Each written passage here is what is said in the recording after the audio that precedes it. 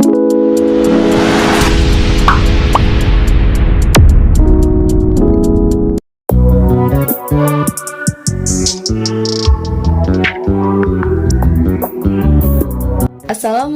warahmatullahi wabarakatuh. Halo, kembali lagi di channel kita, Pak Bu Guru. Di video kali ini, kita akan membahas tentang analisis dari kita mengenai penerapan afirmasi penyesuaian ambang batas sebesar 10% untuk semua peserta seleksi P3K Guru seperti yang disampaikan oleh Dirjen Guru dan Tenaga Kependidikan, Kementerian Pendidikan Kebudayaan, Ristek dan Dikti, Bapak Dr. Iwan Syahril PhD. Tapi, kami tekankan sekali lagi bahwa video ini murni sekedar opini dari kami semata berdasarkan analisis dari hasil seleksi P3K Guru tahap pertama. Jadi, buat sahabat Pak Bu yang memiliki opini atau pendapat yang berbeda ataupun informasi tambahan mengenai bagaimana realisasi penerapan afirmasi tersebut, silahkan ketik di kolom komentar untuk saling berbagi informasi. Oke, sebelum kita lanjutkan videonya, buat kalian yang baru pertama kali mampir ke channel kita, silahkan klik tombol subscribe dan nyalakan lonceng notifikasinya ya.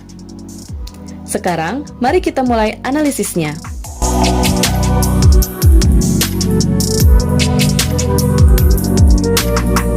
Sebelum kita menganalisis hasil seleksi P3K Guru tahap pertama, mungkin sahabat Pak Bu di rumah yang saat ini sedang mengikuti seleksi P3K tahap kedua sudah mengenal tentang Permen PAN RB nomor 1127 tahun 2021 mengenai nilai ambang batas seleksi P3K Guru, dan juga Permen PAN RB nomor 1169 tahun 2021 mengenai penyesuaian nilai ambang batas masing-masing jurusan.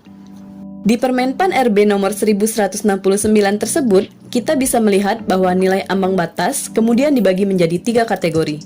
Kategori pertama, yaitu merupakan nilai ambang batas yang telah ditetapkan dalam Keputusan Menteri Pendayagunaan Aparatur Negara dan Reformasi Birokrasi nomor 1127 tahun 2021. Sedangkan, nilai ambang batas kategori kedua, yaitu nilai ambang batas yang diberlakukan bagi peserta yang berusia paling rendah 50 tahun pada saat pendaftaran. Lalu, bagaimana dengan kategori ketiga? Dan mengapa nilai ambang batas kategori pertama dan kategori ketiga berbeda?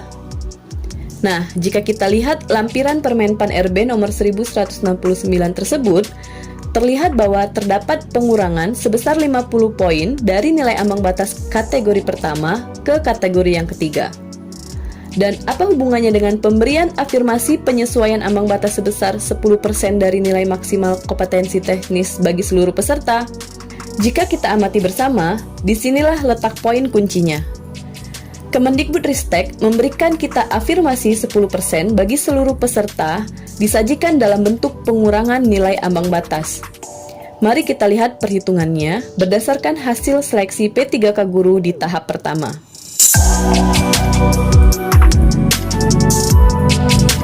Baiklah, coba kita lihat di contoh yang pertama ini. Ini adalah hasil untuk formasi jenjang SMP. Jika kita lihat di sini, peserta ini mendapatkan nilai teknis sebesar 260 tanpa tambahan afirmasi apapun, baik afirmasi sertifikasi, usia di atas 35 tahun, honorer K2, ataupun disabilitas. Dari nilai ini, jika kita bandingkan dengan ambang batas atau passing grade yang ada di Permen PAN RB nomor 1127 tahun 2021, tentu saja nilai ini tidak mencapai passing grade. Tapi, mengapa hasil keterangannya dikatakan lulus? Disinilah manfaat afirmasi penyesuaian ambang batas sebesar 10% dari nilai maksimal kompetensi teknis. Jika kita tambahkan 10% dari 500, yaitu 50 poin, maka nilai teknis dari peserta ini akan berubah menjadi 310. Untuk jurusan Bahasa Indonesia, sesuai Permen PAN RB nomor 1127, ambang batas kompetensi teknisnya adalah 265.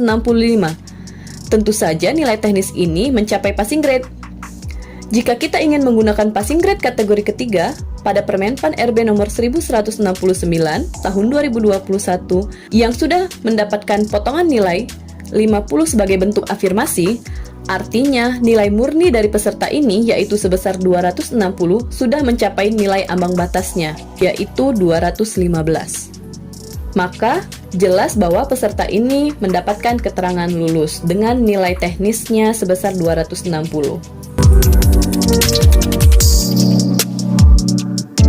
Kita lanjut untuk contoh yang kedua.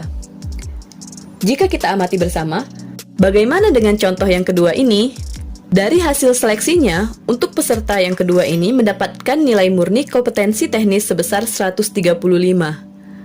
Jika kita menggunakan afirmasi 10%, maka nilainya akan mendapatkan tambahan 50, sehingga berubah menjadi 185. Tentu saja nilai ini masih jauh dari ambang batasnya yang terdapat di Permenpan RB nomor 1127 tahun 2021, yakni sebesar 265 untuk jurusan Bahasa Indonesia di jenjang SMP. Lalu, kalaupun kita ingin menggunakan nilai ambang batas kategori ketiga di Permenpan RB nomor 1169 tahun 2021, nilai murni dari peserta ini, yaitu 135, juga belum mencapai passing grade jurusan Bahasa Indonesia untuk jenjang SMP, yaitu 215. Karena itulah, untuk peserta yang kedua, keterangannya adalah tidak lulus.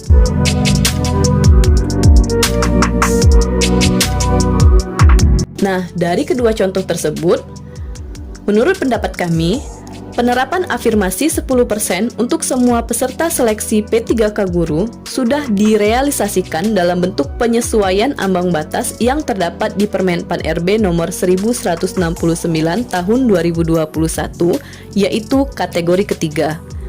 Pada penerapannya, jika kita ingin menambahkan secara manual di hasil teknis yang kita dapatkan, artinya kita harus bandingkan nilai penambahan tersebut dengan nilai ambang batas yang terdapat di Permenpan RB nomor 1127 tahun 2021.